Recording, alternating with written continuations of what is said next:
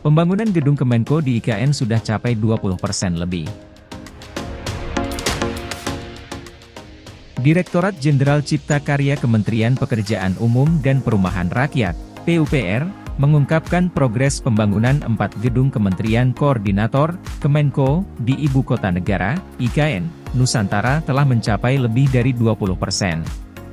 Direktur Jenderal Cipta Karya Kementerian PUPR Diana Kusumastuti di sela acara Hari Habitat Dunia dan Hari Kota Dunia 2023 di Jakarta, Senin, mengatakan Kementerian PUPR menargetkan pembangunan 4 gedung Kemenko tersebut selesai pada Juni 2024. Pada Agustus, 4 gedung Kemenko tersebut sudah bisa dimanfaatkan, katanya. Pembangunan gedung Kemenko itu dilakukan bersama-sama dengan pembangunan Istana Negara dan gedung-gedung pemerintahan lainnya di IKN Nusantara. Menurut Diana, 4 gedung Kemenko ini dapat difungsikan sebagai sharing office. Dirinya juga berharap konstruksi dan pembangunan utilitas serta sarana dan prasarana untuk 4 gedung Kemenko tersebut juga bisa selesai. Sedangkan, untuk Istana Negara progres pembangunannya saat ini sekitar 40%, katanya. Pembangunan gedung Kemenko merupakan sarana utama yang merupakan infrastruktur dasar yang dibangun oleh Kementerian PUPR. Sebagai sarana utama, 4 gedung Kemenko tersebut harus selesai pada tahun depan dalam rangka mendukung pemindahan awal IKN dari Jakarta ke Nusantara di Kalimantan Timur. Pada 2022 hingga 2024 merupakan periode pemindahan tahap awal IKN, termasuk ASN ke IKN Nusantara. Perayaan HUT Kemerdekaan RI pada 17 Agustus 2024 di IKN Nusantara, Kalimantan Timur, menjadi titik awal perpindahan secara bertahap dari Jakarta ke Nusantara. IKN Nusantara ditetapkan dan diatur oleh Undang-Undang Nomor 3 Tahun 2022. IKN Nusantara mengubah orientasi pembangunan menjadi Indonesia sentris dan berfungsi untuk mempercepat transformasi ekonomi negara.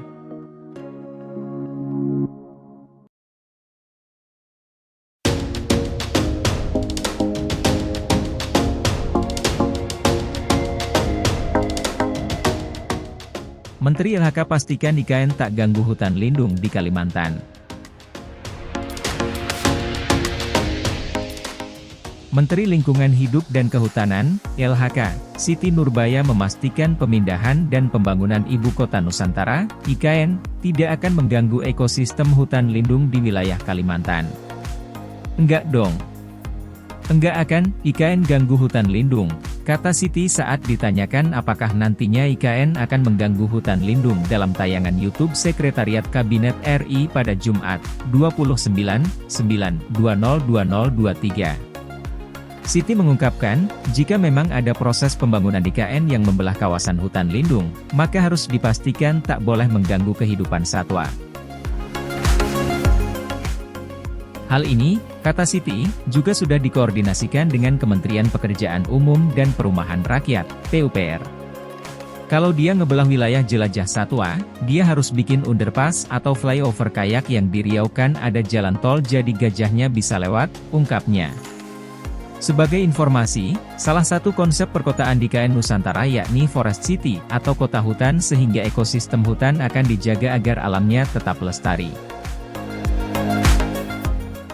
Dalam mengusung dan memastikan keberlangsungan konsep Forest City itu, Siti menyebut pemerintah juga sudah menyiapkan master plan atau dokumen perencanaan tata ruangnya. Master plan sudah ada dan master plan-nya itu dibunyikan dalam lampiran undang-undang. Jadi itu jadi pegangan, ujarnya. Sebelumnya diberitakan, sekitar 166,4 hektar dari wilayah IKN akan diubah menjadi hutan tropis. Hal tersebut disampaikan oleh Kepala Otorita Ibu Kota Nusantara, IKN, Bambang Susantono dalam rapat dengar pendapat, RDP, dengan Komisi 11 DPR RI, Senin, 6 Februari 2023. Menurut Bambang, hutan-hutan yang saat ini masih difungsikan sebagai hutan produksi juga akan diubah fungsinya. Yang akan dibangun dari 256 hektar di total wilayah IKN itu hanya 25% saja. Sisanya adalah 75%. 10% akan jadi lahan pangan dan 65% diperuntukkan untuk lahan hijau, ungkap Bambang. Dia menjelaskan, lahan hijau merupakan area lindung. Nantinya, hutan-hutan produksi yang ada di kawasan tersebut juga akan diubah menjadi hutan tropis. Nanti hutan-hutan yang sekarang monokultur akan dikembangkan menjadi hutan tropis, tambah Bambang. Bila dihitung, 65% dari 256 hektar adalah sebesar 166,4 hektar. Adapun hal ini cukup baik mengingat hutan Kalimantan sudah lama dikenal sebagai paru-paru dunia.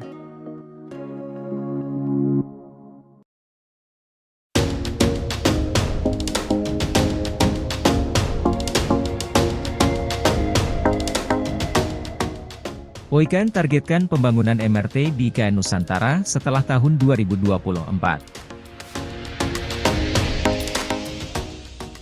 Otorita Ibu Kota Nusantara, OIKN, menargetkan pembangunan moda transportasi berbasis rel dalam kota, MRT, dan kereta cepat menghubungkan IKN Nusantara dengan daerah mitra, yakni Balikpapan dan ibu kota provinsi lainnya di wilayah Kalimantan, dilakukan setelah tahun 2024. Pada tahap lanjutan pembangunan IKN setelah tahun 2024, dibangun moda transportasi berbasis rel dalam kota, MRT, dan kereta cepat yang menghubungkan IKN dengan daerah mitra, Balikpapan, dan ibu kota provinsi lainnya di wilayah Kalimantan, kata Deputi Teknologi Hijau dan Digital OIKN Ali Berawi, di Jakarta, Sabtu. Ali juga menambahkan, pemanfaatan moda transportasi urban air mobility, sky taxi, dan kendaraan otonom, autonomous vehicle, juga mulai dilakukan. Sedangkan untuk target 2024, transportasi umum pada kawasan inti pusat pemerintahan, KIP, termasuk penyediaan layanan angkutan umum bus berbasis listrik beserta fasilitas pendukung halte, shelter dan fasilitas stasiun pengisian kendaraan listrik umum, 10. Tersedia juga fasilitas bagi pejalan kaki dan pengguna sepeda di dalam wilayah KIP 1A, katanya pula. Untuk taksi terbang sejauh ini merupakan moda transportasi yang masih dalam tahap pengembangan, belum masuk dalam tahap komersialisasi. Uji coba atau proof of concept yang dilaksanakan pada tahun 2024, merupakan bagian dari pengembangan dan pemanfaatan teknologi urban air mobility, UAM, di IKN. Tahun depan Sky Taxi dan Autonomous Vehicle menjadi showcase uji coba dari proof of concept pengembangan teknologi moda transportasi modern yang menjadi bagian dari pembangunan IKN sebagai kota masa kini dan masa depan, kata Ali. Pembangunan sistem transportasi cerdas, Intelligent Transportation System, dengan memanfaatkan teknologi digital, seperti pemasangan sensor, Internet of Things, IoT, kamera, serta penggunaan big data dan kecerdasan buatan dimulai pada tahun 2024. Melalui pembangunan IKN, Indonesia menjadi bagian dan berperan aktif dalam pengembangan teknologi dunia. Kesiapan kebijakan dan regulasi pemanfaatan ruang udara, pengaturan lalu lintas udara, peningkatan keamanan dan kenyamanan, pembangunan sarana-prasarana, pengembangan teknologi dan analisa finansial terkait UAM masih terus dilakukan bersama-sama antara OIKN dengan para pihak terkait lintas kementerian dan technology providers.